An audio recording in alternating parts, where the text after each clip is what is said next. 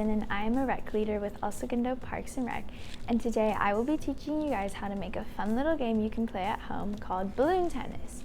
So you are going to need 2 paper plates, and these are going to be our tennis paddles, 2 popsicle sticks, some markers, and a balloon, and you will also need a hot glue gun.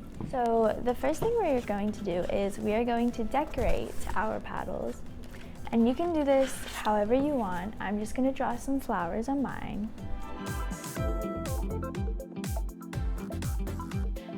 Now that this is what my paddles look like after I decorated them, and now that we have them decorated, we are going to glue on the popsicle sticks, and we're just going to glue it onto the middle. You don't want it too far up, and you also don't want it too low down.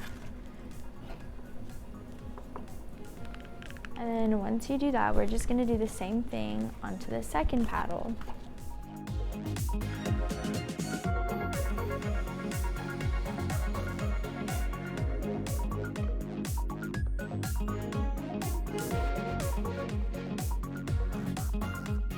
So now that we have both of our paddles, we're just going to leave those off to the side.